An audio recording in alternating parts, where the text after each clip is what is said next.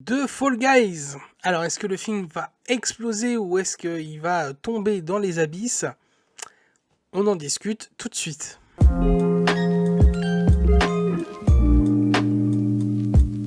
Bon alors, The Fall Guys, c'est réalisé du coup par David Leitch, et pas Lynch, à ne pas confondre. Alors, David Leitch, j'ai revu un peu ce qu'il a fait, et je vais vous dire ce qu'il a fait, le boy. Alors, c'est quand même le réal de John Wick premier du nom, Atomic Blonde, si vous l'avez pas vu, ce film est génialissime, Deadpool 2, Fast and Furious Hobbs and Shaw, Petit péché mignon pour ma part, parce qu'il y a The Rock aussi évidemment, Bullet Train, qui était génial, j'avais adoré Bullet Train, et puis bah du coup The Fall Guy. Après voilà, le gars du coup, pour ceux qui savent pas qui c'est un ancien cascadeur, voilà, c'est pour ça qu'il a réussi à réaliser John Wick avec Keanu Reeves, et il a été producteur dans plein d'autres films d'action, dans plein d'autres trucs, c'est vraiment un gars qui commence un peu à peser dans le game, et d'où ses précédents films que j'ai quasiment tous aimés. Petit coup de cœur évidemment pour John Wick et Bullet Train, j'avais vraiment adoré Bullet Train, si vous l'avez pas vu, foncez le voir aussi. Et du coup, quand je vois que c'est un film avec Ryan Gosling, Emily Blunt et Aaron Taylor Johnson, qu'on pouvait déjà retrouver dans Bullet Train, je me suis dit, c'est forcément un film qui a tombé par terre, dans tous les bons sens du terme évidemment. Voilà, un film sur les cascadeurs, on avait déjà parlé pendant la série des Oscars quand j'avais fait un stream sur Twitch, mais c'est une catégorie qui est pas du tout représentée et qui mérite d'être représentée en vrai. Voilà, en mode comédie, d'action romantique, réalisé par ce gars, voilà, ça pouvait être que sympa à voir en fait au ciné. Un espèce de petit blockbuster, nos prises de tête, divertissement, détente à voir. Et c'est un peu le cas, mais le début du film est vraiment bien. C'est ouf comment les 30 premières minutes sont bien, et après il rentre dans une espèce de démonstration pour prouver des choses, et ça en devient même limite un peu parodique en fait quoi. Mais on en reparle en détail après. En tout cas, ce film est sorti ce 1er mai. J'y suis allé du coup le jeudi soir, le lendemain, et la salle était quasi vide, hein. On était 10, pas plus. Donc ça annonce peut-être déjà un futur flop, je sais pas. Et en parlant de box-office, on va aller voir où en est du coup le film qu'on a parlé la semaine dernière, Monkey Man. Monkey Man, qui en une semaine a fait un box-office de 30 millions. Donc il a déjà fait 2 fois plus que son budget, hein, qui était de 15 millions, je vous le rappelle. Donc bon départ, il restera encore sûrement 2-3 semaines en salle. C'est bien, le film sera vraiment un minimum rentable. Mais voilà, passons, aujourd'hui on parle de Fall Guy du coup, qui a lui pour budget 125 millions. Alors je m'attendais à un chouïa plus en fait à la sortie du film. Après 125 millions c'est déjà beaucoup, mais je m'attendais à un petit 150. Et ce qu'ils ont fait avec, ça les vaut, clairement, ça les vaut. On est carrément, comme je vous l'ai dit, sur une comédie d'action romantique qui dure 2 heures du coup. Et donc voilà, c'est l'histoire du coup de Ryan Gosling, qui est la doublure cascade du plus grand acteur de tous les temps, qui est interprété par Aaron Taylor Johnson. Il est amoureux, quant à lui, Ryan Gosling, de Emily Blunt, qui est une réalisatrice. Et voilà, il y a eu un cafouillage entre eux, et ils se retrouvent du coup quelques années plus tard sur le même plateau de tournage. Et malheureusement, le grand acteur disparaît, et on demande du coup à Ryan Gosling de le retrouver, et il part dans des aventures rocambolesques, incroyables et folles, et il fait ça aussi évidemment pour reconquérir le cœur de Emily Blunt. Vous en doutez bien, il va lui arriver vraiment des trucs complètement fous. Attention, si vous allez voir la bande-annonce avant d'aller voir le film, la bande-annonce est mensongère as fuck. On nous montre énormément de scènes qu'on n'a pas dans le film, et il y a une partie des répliques qui sont changées pour la bande-annonce, et c'est pas du tout les mêmes dans le film. Donc voilà, grossièrement, avant de passer aux petits détails du film, j'ai bien aimé. J'en attendais plus quand même. Voilà, Ryan Gosling, c'est vraiment un acteur que j'aime de plus en plus avec le temps. De toute façon, vous êtes soit team Ryan Gosling, soit vous l'êtes pas, en général c'est un peu comme ça. Emily Blunt, je l'aime pas mal. Elle est pas non plus incroyable, mais je l'aime bien. Puis Aaron Taylor Johnson, lui, je sais pas, il dégage un capital sympathique dans tous ses films, je le kiffe vraiment beaucoup. Et ça depuis évidemment Kick-Ass. Moi je l'ai connu à partir de Kick-Ass, et après voilà, pour beaucoup de gens, vous l'avez sûrement découvert en tant que Quicksilver dans les Avengers.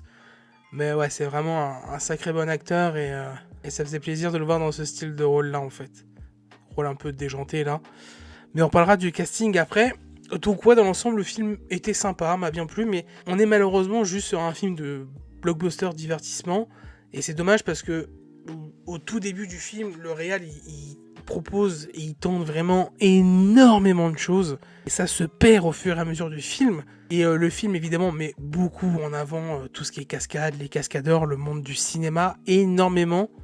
Il y a plein de petits détails par rapport au cinéma, plein de refs. Il y a énormément de répliques de films qui sont sortis. Ils ont plein de refs de plein de films.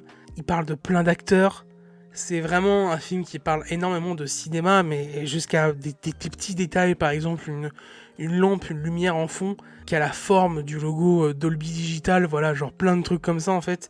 Et ça y va vraiment de la grosse ref du Seigneur des Anneaux, vous ne passerez pas, à des petits détails comme ça, genre ça y va vraiment partout. Je spoilerai pas d'autres trucs pour vous laisser les surprises, mais voilà, il y a énormément de refs à tout ça. Il y a aussi des refs à pas mal de films qu'a fait Gosling aussi. Il y a aussi pas mal de refs à...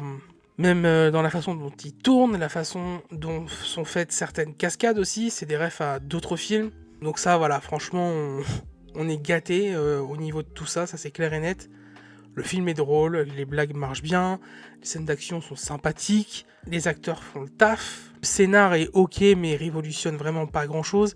Il n'y a pas de grand twist de fou.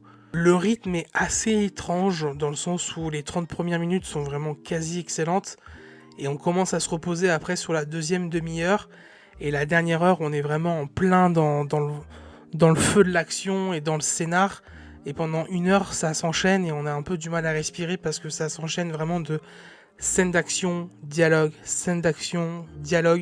et du coup, on a l'impression de se répéter, de voir toujours la même chose. Le montage est assez répétitif là-dessus, et c'est le seul gros défaut du film au final.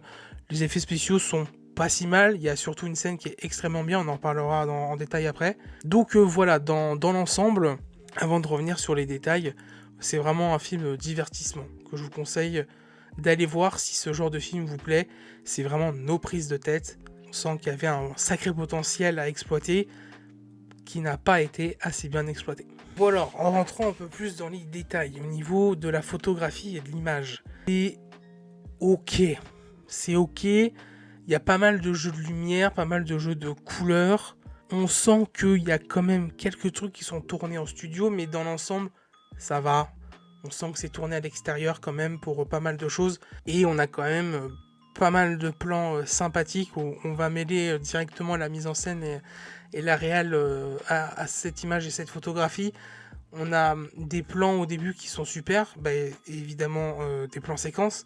La première scène, c'est un superbe plan séquence de Ryan Gosling qui arrive sur le plateau, qui sort de sa caravane même, et qui se déplace sur tout le plateau, qui échange avec plein de gens, et qui se retrouve du coup à devoir monter dans un ascenseur pour arriver tout en haut pour faire une cascade, et tout ça en plan séquence, c'était vachement bien. Et quelques minutes après, on renchaîne sur un deuxième plan séquence qui était aussi sympathique. J'ai pas fait attention s'il y en avait d'autres après dans le film. Et suite à ça, au bout d'une demi-heure, on a un autre plan qui est hyper stylé, où on a une scène téléphonique entre Ryan Gosling et Emily Blunt, où les deux du coup sont mis chacun de leur côté. On a une image qui filme Ryan Gosling pendant qu'il est au téléphone à droite de l'écran, et celle d'Emily Blunt qui est à gauche de l'écran, ou l'inverse, bref, peu importe, vous m'avez compris. Et tout ce qu'ils font, en fait, dans cette scène, tout est symétrique et parallèle. Elle va être dans un salon, assise sur un fauteuil, lui dans un hôtel, assis sur une chaise. S'il y a une petite table basse qui est en bas de l'écran, ce sera une table basse, elle, de chez elle, et l'autre sera la table basse de l'hôtel, et tout va être symétrique comme ça. Les dialogues sont hyper bien fournis entre les deux. Et en plus de ça, tu écoutes tout ce qu'ils disent et tu regardes tous les détails qu'il y a à chaque changement de plan, et on reste du coup sur eux deux. Et c'est une scène que j'ai trouvée vraiment super belle, super intéressante. Donc voilà, la première demi-heure, on est vraiment gâté en fait, et du coup tu t'habitues un peu à ce genre de truc. Et plus on avance dans le film, moins il y en a, parce que le scénario est vraiment lancé au bout de 30 minutes. Et la dernière heure et demie, on est vraiment à fond là-dessus. Donc la deuxième demi-heure, content de ce que tu as eu au début, tu rentres dans le projet, tu rentres dans le scénar, tu dis let's go et tout. Et après, la dernière heure, c'est toujours la même chose. C'est comme la deuxième demi-heure, c'est toujours pareil. Et c'est ce que je disais, il y a un petit côté un peu lassitude. Tu dis putain, on a eu de belles choses au tout début du film, et plus on avance, et t'as plus tout ça, ça reste toujours la même chose. Et c'est un peu dommage. Je pense quand même que la meilleure scène, ça reste quand même la scène en boîte de nuit, où il se retrouve malencontreusement un peu drogué. C'est complètement what the fuck et tout, où du coup il y a plein de plans de l'image où il se bat, et les plans de l'image, ça on voit vraiment partout à droite à gauche, les visages sont déformés, il y a un côté très néon, très coloré, très fluo aussi, avec la tenue de Ryan Gosling, et cette scène est vraiment cool. et ça part en vrille carrément, genre il voit une licorne et tout, enfin c'est absolument what the fuck et c'est vraiment hyper drôle. C'est, je pense, la scène que j'ai préférée du film, elle est vraiment, vraiment stylée et intéressante. Au niveau du son, au niveau des musiques, il y a énormément de musiques hyper connues qui sont reprises. Du AC/DC, du Phil Collins. Donc, pour ce genre de film, c'est vraiment pas embêtant parce que je veux bien que pour plein de films sérieux ou alors pour des gros blockbusters, ça peut souvent être très embêtant de casser le truc, mais on est aussi sur un film de comédie, donc ça casse le rythme et ça casse le niveau de sériosité du coup de tout ça, donc ça joue très bien son taf ici, mais voilà, après c'est hyper classique. Dès que Ryan Gosling commence à être un peu sérieux, on met des petits sons de piano en fond, des trucs comme ça, donc voilà, c'est du classique quoi, rien de fou. Au niveau du scénar, scénar classique. Le seul truc qui est vraiment cool dans ce style de scénar, c'est que pour une fois, on met en avant les cascadeurs. Le monde des cascadeurs et surtout un cascadeur. C'est vraiment ça qui fait que le film est original et que c'est vraiment un film hommage aux cascadeurs et à ce corps de métier qui est évidemment pas assez mis en avant et qui est surtout aussi pas récompensé aux Oscars, et ça évidemment il le mentionne dans le film, et il faut vraiment qu'il y ait du coup un Oscar pour eux. Là, l'année prochaine, on aura du coup normalement un Oscar pour le meilleur casting. Pour ceux qui font le cast, je trouve que c'est pas vraiment intéressant. Je trouve que les cascadeurs ont plus de mérite. Le truc du cast, je le comprends, mais bon, ça aurait pu arriver après. Ça aurait été bien qu'on le laisse aux cascadeurs pour le prochain. Bon, voilà, c'est comme ça. Mais on sent aussi que voilà, c'est Ryan Gosling qui porte le film en tant que cascadeur. Il y a aussi un second rôle, c'est un gars qu'on voit dans Black Panther. Vous savez, c'est celui qui joue le chef des singes blancs de la montagne, un truc comme ça. Une VF extrêmement intéressante pour lui en plus. Le film est très bien doublé. Et ça, c'est très cool en tout cas.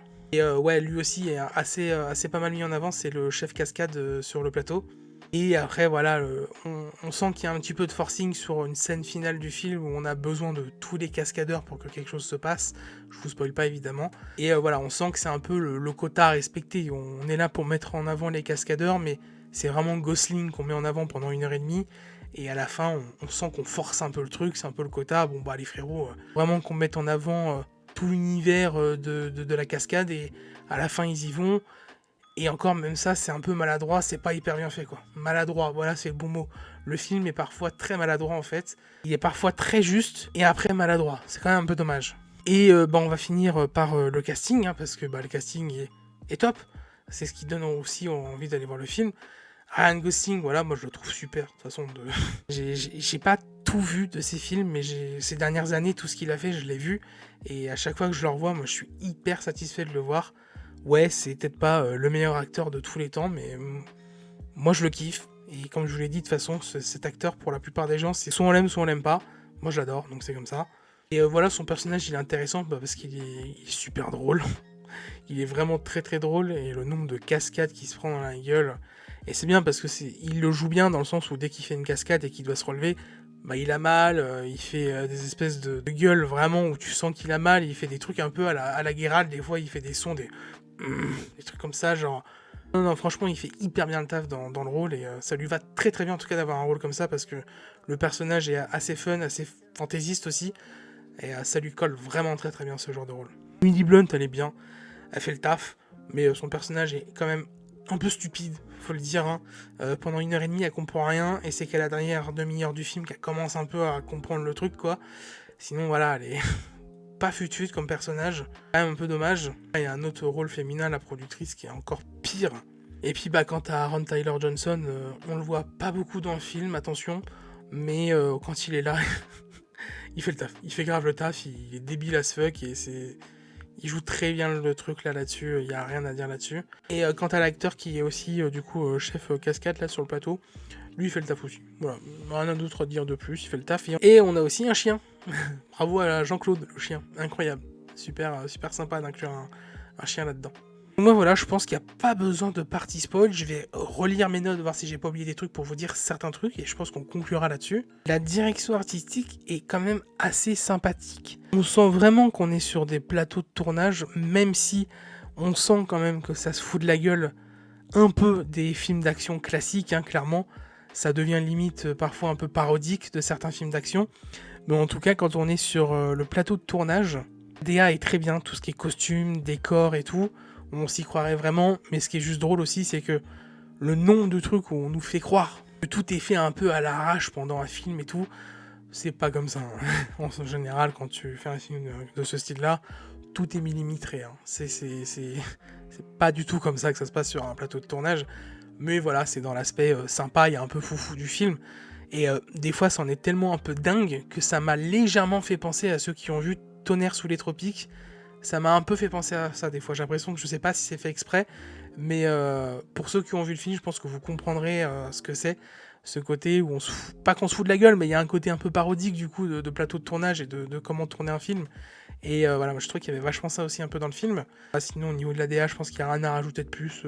Une bonne direction artistique, pas folle, pas incroyable, mais qui correspond à ce qu'on attend du film. Et voilà, quand je parle de trucs classiques, il y a aussi par exemple des fusils de Chekhov. Il y a quand même un ou deux, trois fusils de Chekhov assez importants. Des fusils de Chekhov, pour ceux qui savent pas ce que c'est, parce que je vais pas faire genre le mec, c'est des trucs qu'on apprend aussi au fur et à mesure. C'est quand on vous montre un accessoire important dans le film, où on en parle, où on vous le montre très brièvement, sans accentuer le truc, mais qui est quand même montré parce qu'on sait que ça aura sûrement une importance dans le film. C'est voilà, c'est si on vous le montre à l'image ou si on en parle, c'est que ça reviendra plus tard dans le film et ça va débloquer une situation importante, ou alors son utilisation fera en sorte que il y aura une continuité sur la scène ou sur des trucs, quoi. Je pense que vous m'avez compris. Voilà, on sent qu'il y a aussi pas mal de trucs comme ça. Alors je viens de relire mes notes et je vais finir par deux choses, on pourra conclure là-dessus et ça parle de la fin, donc c'est très très bien. Le générique de fin est super cool. Trop cool parce que on a une caméra en fait, ils ont tourné le tournage du film. Donc on voit toutes les cascades, tout est filmé, tout a été filmé.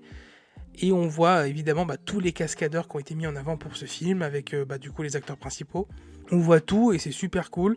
Et c'est un générique qui est vraiment bien sympa. On a d'un côté toutes les scènes making of en fait, et à droite le générique qui coulisse. Donc très très bon générique. Vous irez voir le film. Bon, il parle énormément d'acteurs et de personnages dans le film. Il y a un acteur d'un moment dont on parle dans le film, et on le retrouve à la fin. Voilà, je n'en dis pas plus. Mais pour ceux qui iront voir le film, quand ça parle d'acteur et que vous vous dites « Ah, je pense que ce sera lui », et si c'est vraiment lui, venez me le dire en commentaire. Ce serait excellent. Trichez pas, évidemment. Donc voilà pour moi, je pense que j'ai fait le tour. Je vous ai dit que là au mois de mai-juin, il va y avoir quand même pas mal de trucs. C'est un film que je vous conseille d'aller voir. Là actuellement, il n'y a pas encore tout de suite maintenant plein de trucs qui sont sortis. Les trucs qu'on a encore en salle, ça reste du King Kong, ça reste du Civil War que j'ai pas trop eu envie d'aller voir au final. Et du Ghostbusters, Ghostbusters, King Kong, j'irai jamais voir ça. Je sais qu'il y a du Transformers aussi qui arrive, j'irai pas voir ça. Je dis souvent que si je continue à faire ça, c'est parce que j'aime bien voir des films grand public, mais pas que, aussi d'autres styles. Parce que voilà, en vrai, dans le monde du cinéma, je suis personne. Vous transmettre mon point de vue et plein de choses sur ce que je peux voir et sur ce que vous pouvez voir aussi. Justement d'éviter d'être comme tous les grands youtubeurs critiques ciné, avoir énormément d'attentes sur chaque film pour que tous les films soient géniaux et impressionnants. Voilà, j'en demande quand même beaucoup moins. Le but c'est d'être plus proche de vous, du grand public, parce que j'en fais aussi un peu partie. Et c'est pour ça qu'il y a quand même de grosses licences que je n'aime pas et que j'irai pas voir et que je ne traiterai pas du coup en critique. Je ne vais pas me forcer. Voilà. Je préfère même quitte avoir un film qui me plairait plus, qui serait sur les plateformes, de me forcer d'aller voir un film que j'ai pas envie. Et donc voilà, du coup, juste pour revenir que il y a des grandes licences que je n'aime pas et que je n'irai pas voir et dont je ne ferai pas les critiques. Parce que c'est des licences que je connais. Il y a des choses, on peut avoir un avis sur un film et se dire ah je pense que ça me plaira pas, et quand même tester, alors qu'il y a des licences qu'on connaît et qu'on sait qu'on n'aimera pas. C'est comme les films d'horreur, je traite très très peu de films d'horreur parce que j'aime pas trop ça en fait. C'est aussi simple que ça. Donc voilà, pour moi le but c'est quand même à 75-90% de parler de grands films, grand public, pour que ça parle à un maximum de gens possible et pour que le plus de gens possible puissent comprendre et avoir aussi du coup mon point de vue, parce que ça reste aussi quand même minimum, comme je vous le dis souvent, très subjectif. Mais j'essaye d'être aussi un minimum objectif quand même. Et voilà, ça m'empêche pas parfois d'aller voir des petits films indés ou des films moins gros, parce que ça reste quand même hyper important pour le monde du cinéma. Mais voilà, le plus important, le plus important, c'est juste d'aller voir des films en salle. C'est tout. Alors oui, parfois, il faut se permettre une ou deux critiques de certains films qui sortent sur les plateformes, parce que c'est des films qu'on aurait tellement kiffé voir au cinéma. Ah, maintenant, c'est le monde du cinéma est comme ça, on peut rien y faire, on n'a pas le choix. Donc ouais, des fois, ça m'arrivera de parler et de traiter de quelques films de plateforme, mais la majorité du temps, évidemment, faut voir les films en salle, par pitié. Donc voilà, Valou, je vais conclure là-dessus. C'était pas prévu que je dise tout ça, mais trop tard, c'est fait. Voilà, j'espère que cette critique vous aura plu. Si vous avez déjà vu le film, je vous invite évidemment à me dire ce que vous en avez pensé. Et si c'est pas encore le cas, dites-moi si je vous ai donné envie ou pas d'aller voir ce film, évidemment. Merci à vous. Évidemment, likez, commentez, partagez. Suivez-moi sur tous les réseaux qui sont juste au-dessus. Et allez en salle. Des bisous. Ciao, ciao.